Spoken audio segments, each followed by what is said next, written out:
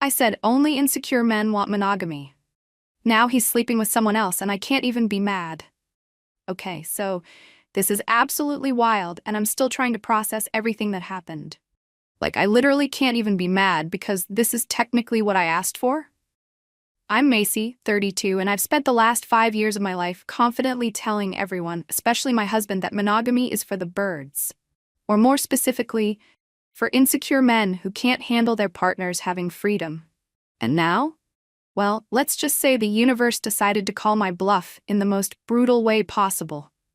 I met Vince at Bookmark Cafe, where I work as a barista while trying to finish my novel. He came in every Tuesday and Thursday like clockwork, always ordering the same thing, an Americano with room for cream. I noticed him right away because, unlike most customers who barely looked up from their phones, he actually made eye contact and said thank you. Plus, he was gorgeous in this understated way, tall with these deep brown eyes that crinkled when he smiled. After 2 weeks of him coming in, I finally wrote my number on his cup with a stupid little note. We went out that weekend, and it was like we'd known each other forever. He worked at this financial advisory firm downtown. Nothing flashy, just steady. He listened when I talked about my writing and actually asked questions about my characters, like they were real people. We dated for 2 years before getting married in a small ceremony at his parents' lake house. Even back then, I was vocal about my views on relationships. I'd gone through this feminist awakening in college and had all these big ideas about how traditional marriage was this patriarchal trap. I'd read all these books about ethical non-monogamy and relationship anarchy, and I truly believed that jealousy was just insecurity in disguise. I'd tell Vince and anyone who would listen that only insecure men want monogamy, and real love means wanting your partner to experience everything life has to offer. Looking back, I can see how Vince would get this little crease between his eyebrows whenever I'd go on one of my rants. But he never argued with me. He'd just nod and say something like, "That's an interesting perspective, Mace." I took his silence as agreement, or at least as him coming around to my obviously more evolved way of thinking. We moved into this cute little apartment in Oakwood Heights after the wedding. Nothing special. Just a one-bedroom with terrible water pressure and neighbors who fought at 3 a.m., but it was ours. We each kept our separate friend groups. Mine, mostly from the cafe and my writing workshops, his from work and his weekly basketball game. We had our own hobbies and interests, which I thought was so healthy. My friends thought we were the perfect couple. Bree would always say, "God, you guys have it figured out. Tyler won't even let me go to the store without calling to check in." And I'd smile this smug little smile, feeling so evolved and enlightened. I truly believed Vince and I had cracked the code to a happy marriage. Independence, with just enough togetherness. For 3 years, everything seemed perfect. I kept working at the cafe, picking up extra shifts to save for a writing retreat. Vince got a small promotion at work. We took weekend trips to the coast, binged shows together, and had inside jokes that made us laugh until we couldn't breathe. But underneath it all, I was starting to feel restless, like there was more out there I was missing out on. If I'd been paying attention, I might have noticed that Vince was happy with exactly what we had. He didn't seem restless or confined. He seemed content. But I was too busy theorizing about relationships to actually see the one I was in. And that blindness, that absolute confidence in my own enlightened views, was about to blow up everything we had built together. It all started at Shannon's housewarming party. She'd finally moved out of her parents' place and invited basically everyone she knew to come see the tiny studio apartment she was so proud of. I was grabbing another drink when I spotted him, Julian. We'd had a few classes together in college but hadn't really kept in touch. He'd gotten even better looking, with this new confidence that made my stomach do this weird flippy thing. "Macy Turner? No way." He pulled me into a hug that lasted just a second too long. "How the heck have you been? Are you still writing that sci-fi novel?" The fact that he remembered my writing knocked me sideways. We ended up talking in the corner for over an hour, completely ignoring everyone else. Julian was working as a graphic designer now, freelancing for all these cool indie brands. Nothing happened. No kissing, not even hand-holding, but there was this electricity that I hadn't felt in Well, since early days with Vince. The texting started the next day. Just casual stuff at first, links to articles about writing, funny memes about caffeine addiction. But it quickly became a daily thing. We started meeting for coffee during my breaks. Again, nothing physical happened, but there was this undeniable spark, this what-if hovering between us. And that's when the idea really took root. Why shouldn't I explore this connection? Monogamy was a social construct, right? I'd been saying this for years. Maybe it was time to practice what I preached. The hard part was figuring out how to bring it up with Vince. I waited for the perfect moment. A Saturday morning when we were both relaxed, coffee in hand, sun streaming through our kitchen window. "Babe, I've been thinking about something," I started, trying to sound casual. "You know my views on relationships, and how I think monogamy is kind of an outdated concept." Vince lowered his coffee mug, that familiar crease appearing between his eyebrows. "What's this about, Mace?" "Well, I've been reading more about ethical non-monogamy, and it makes so much sense. People aren't meant to get everything from just one person." His face changed in this subtle way, a slight tightening around the eyes. "Are you attracted to someone else?" I waved my hand dismissively. "That's not what this is about. It's about freedom and honesty. Don't you think there's something beautiful about loving someone enough to let them be completely free?" I didn't mention Julian. Not yet. "I thought we were happy," he said quietly. "We are. This isn't about happiness. It's about growth, about not limiting each other." I leaned forward, taking his hand. "Only insecure men want monogamy, Vince. You're not insecure, are you?" That was a low blow, and I knew it even as the words left my mouth. Vince pulled his hand away, standing up to take his mug to the sink. His back to me, shoulders tense. "I need to think about this." Over the next few weeks, I continued my campaign. I left articles about polyamory on the coffee table. I brought it up casually in conversations, all while texting Julian more frequently, meeting him for longer coffee dates where our knees would touch under the table. Vince grew quieter, more withdrawn. But I was so focused on what I wanted that I interpreted his withdrawal as contemplation rather than hurt.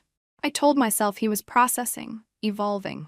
In reality, he was retreating. Finally, after nearly a month of persistent nudging, Vince agreed. We were lying in bed, the room dark except for the streetlight filtering through the blinds. "Okay," he said, voice flat. "If this is what you want, let's try it." "Really?" I propped myself up on one elbow, surprised by the sudden capitulation. "Yeah, you're right. Maybe I am being insecure." The way he said it made my stomach twist, but I pushed the feeling away. "We'll have boundaries, of course," I rushed to add. "Complete honesty. Safe sex. Our relationship comes first." He nodded, eyes on the ceiling. "Whatever you say, Mace." I was too excited to notice the resignation in his voice. All I could think about was texting Julian the next day, telling him the door was open. I fell asleep planning our first real date, while next to me, Vince lay awake until dawn. The arrangement began almost immediately. I didn't waste any time letting Julian know that Vince and I had opened our relationship. His response was enthusiastic, though he did ask several times if Vince was truly okay with it. I assured him everything was above board. We scheduled our first official date for that Friday, dinner at this trendy new restaurant downtown. I spent hours getting ready, trying on different outfits, doing and redoing my makeup. When I finally emerged from the bathroom, Vince was sitting on the couch, scrolling through his phone. He looked up, and for a brief moment, I saw something flash across his face. Pain, maybe, or resignation. "You look nice," he said, his voice carefully neutral. "Thanks," I replied, suddenly feeling awkward. "I won't be late. Probably home by 11. He nodded, already looking back at his phone. "Have a good time." That first date with Julian was everything I'd imagined. The conversation flowed easily, the attraction was palpable, and for the first time in years, I felt that fluttery excitement of something new. We ended the night with a kiss that left me breathless, and I floated home on a cloud of validation. When I got home, the apartment was dark. Vince had already gone to bed, or was pretending to be asleep. I quietly got ready for bed and slipped in beside him, a careful distance between our bodies. In the morning, he didn't ask about my date, and I didn't offer any details. It was the first of many silences that would grow between us. Over the next few weeks, I saw Julian regularly. We went from dinner dates to spending entire afternoons together, from kissing to much more, all while Vince became increasingly absent, physically and emotionally. He started working late, hitting the gym more often, keeping his responses to my questions brief and non-committal. But I was too caught up in the novelty of Julian to really notice or care. It wasn't until about a month into this arrangement that I casually mentioned to Vince that he too could see other people if he wanted. I mean, that's the whole point of an open relationship, right? I said, stirring pasta sauce on the stove. You're free too. He looked up from his laptop, his expression unreadable. Right? Thanks for the reminder. Have you thought about it at all? I asked, suddenly curious. About seeing someone else? He shrugged. Not really. Well, the option's there, I said cheerfully, turning back to the stove. I didn't mean it, not really. I liked the idea of Vince waiting at home while I explored. The power dynamic felt good. Me evolving, him standing still. I never seriously considered he might take me up on my offer. That evening, I noticed him texting more than usual, a small smile playing at the corner of his mouth. A tiny seed of unease planted itself in my stomach, but I dismissed it. Vince wasn't the type to actually see someone else. He was too traditional, too steady, wasn't he? As the weeks turned into months, something shifted. The initial excitement with Julian began to fade. The conversations that once seemed so deep started to feel repetitive. Meanwhile, Vince had changed in subtle ways I couldn't quite put my finger on. He seemed more self-contained. He no longer asked me about my day or seemed interested in my latest writing progress. When I came home from dates with Julian, he didn't seem to care. No subtle shows of jealousy, no questions, nothing. Just a polite nod and a good night before returning to whatever he was doing. At the same time, I noticed other changes.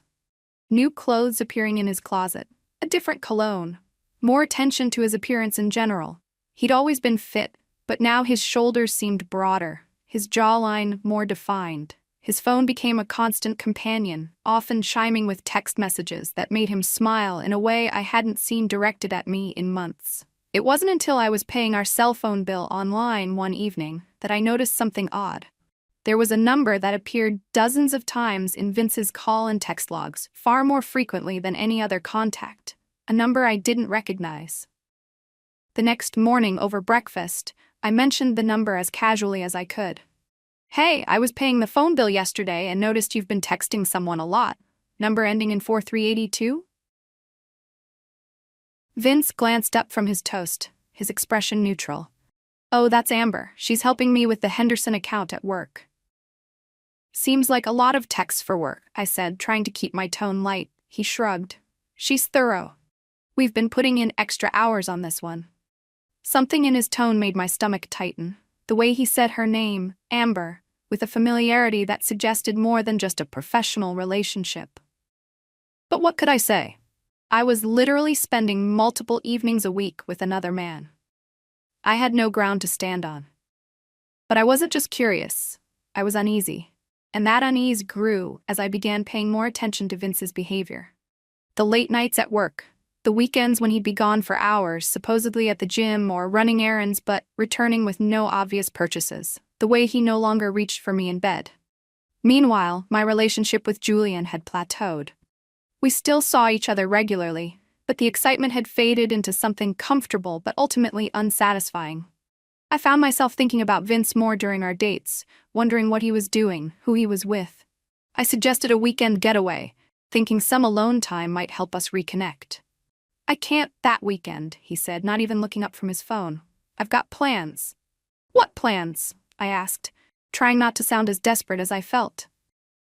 Just plans, Mace. Things I need to take care of. It was the vagueness that finally pushed me over the edge.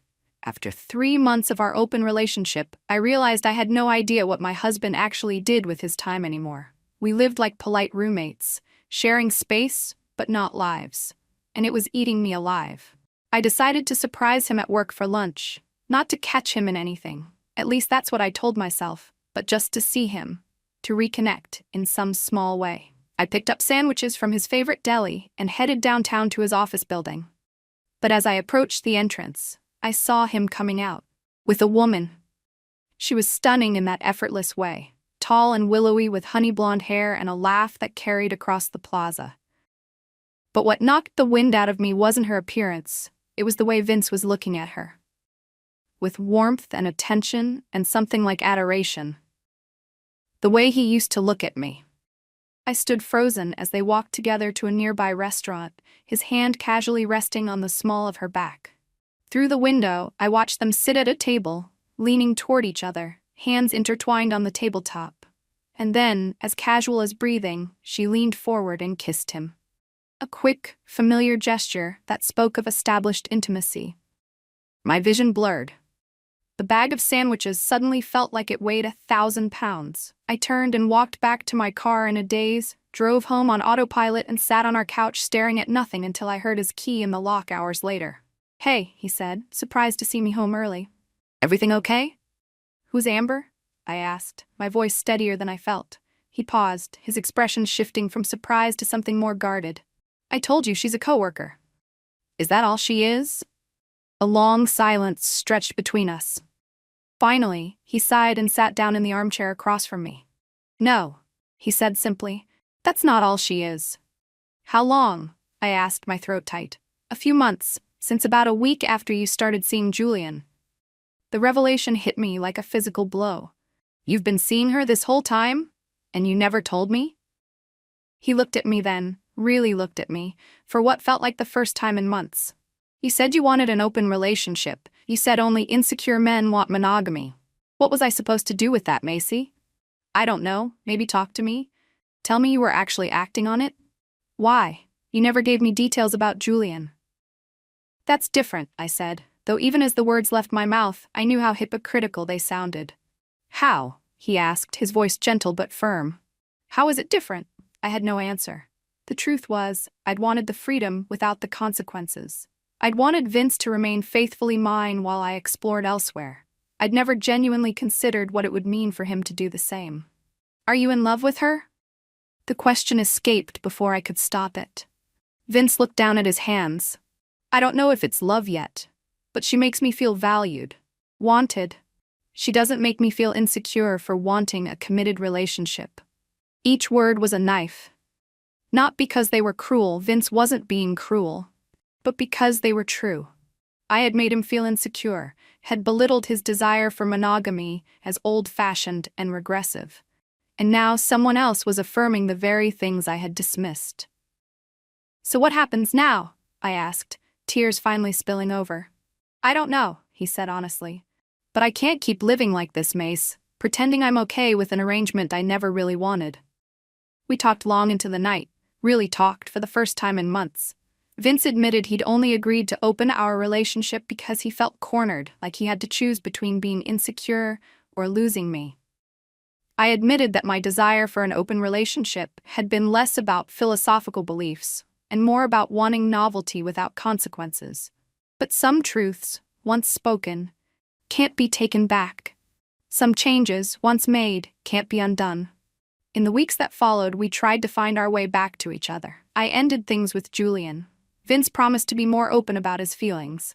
We went to therapy, both together and separately. But the distance remained. Vince continued seeing Amber, though now with my knowledge.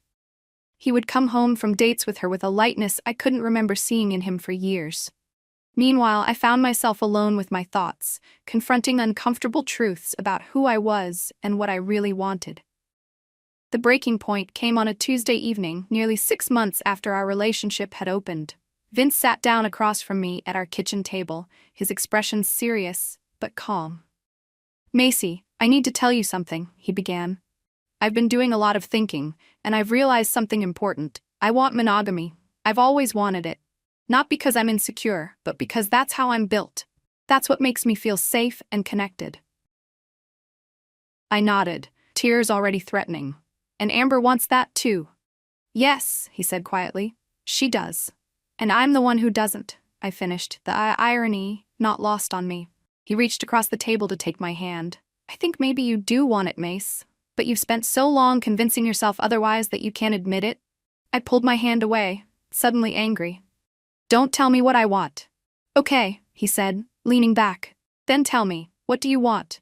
The question hung between us, deceptively simple, yet impossible to answer.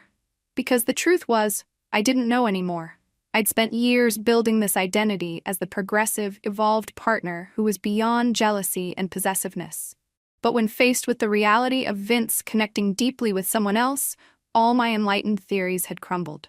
I want things to go back to how they were, I finally said, my voice small. Vince's expression was gentle, but resolute. We can't go back, Macy. Too much has changed. I've changed. A week later, he packed a suitcase. Just the essentials, he said. He needed space to figure things out. We both knew what that meant, even if neither of us said it out loud. He was moving in with Amber, at least temporarily, testing the waters of a relationship built on shared values rather than theoretical ideals. As I watched him pack, a bitter realization settled over me. I couldn't even be mad at him. Not really. This was exactly what I had advocated for: freedom to follow your heart, to pursue connections without the constraints of traditional monogamy. Vince was simply taking the philosophy I'd preached and living it to its logical conclusion. He paused at the door, suitcase in hand. I do love you, Macy. I always will. But love isn't enough if we want fundamentally different things. Do we? I asked, desperately clinging to the possibility that this was all a misunderstanding. Want different things? He gave me a sad smile. I think we might have wanted the same things all along. We just couldn't admit it to ourselves or each other. After he left, I sat alone in our apartment, my apartment now, I supposed, and tried to make sense of everything that had happened. How had my confident theories about relationships led me here, alone and heartbroken? How had I failed to see that what I really wanted wasn't freedom from commitment, but rather the security of knowing Vince was committed to me while I explored elsewhere? The truth was humbling. For all my talk about evolved relationships and freedom from jealousy, I was just as possessive, just as traditional in my desires as anyone else. I'd wanted to keep Vince safely wrapped up in our marriage while I experienced the thrill of something new. When he'd done exactly the same, it had broken me. I couldn't even be mad at him. That was the worst part. He'd simply taken me at my word, followed the path I'd insisted was enlightened. And in doing so, he'd found someone who valued what he had to offer: his loyalty, his desire for monogamy, his traditional heart. As I scrolled through old photos on my phone, pictures of Vince and me in happier times, I wondered how I'd gotten it so wrong. How I'd mistaken his quietness for agreement, his patience for evolution. How I'd been so convinced of my own rightness that I couldn't see the harm I was causing. One photo made me pause, us on our wedding day, my mascara-smeared face beaming up at him, his eyes crinkled with that special smile he reserved just for me. We'd been so happy then, so certain. Before I decided that certainty was boring, that happiness needed enhancement. I set the phone down and wiped my eyes. The apartment felt too quiet, too empty. I thought about texting Julian, but knew that would only be running from the truth again. Instead, I opened my laptop and started writing. Not my novel, but the story of us. Of how I'd been so focused on what I thought I should want that I'd destroyed what I actually had. Maybe someday Vince would read it. Maybe someday we'd find our way back to each other, older and wiser. Or maybe not. Maybe some lessons come too late, and the price of learning them is losing what mattered most. All I knew for certain was that I couldn't even be mad. Not at Vince, not at Amber, not at anyone but myself. I'd said only insecure men want monogamy. Turns out what I really meant was that only insecure women need to test their partner's love by seeing how much freedom they'll tolerate. And in the process of discovering that truth, I'd lost the one person who'd loved me enough to let me learn it my way, even when it meant losing him.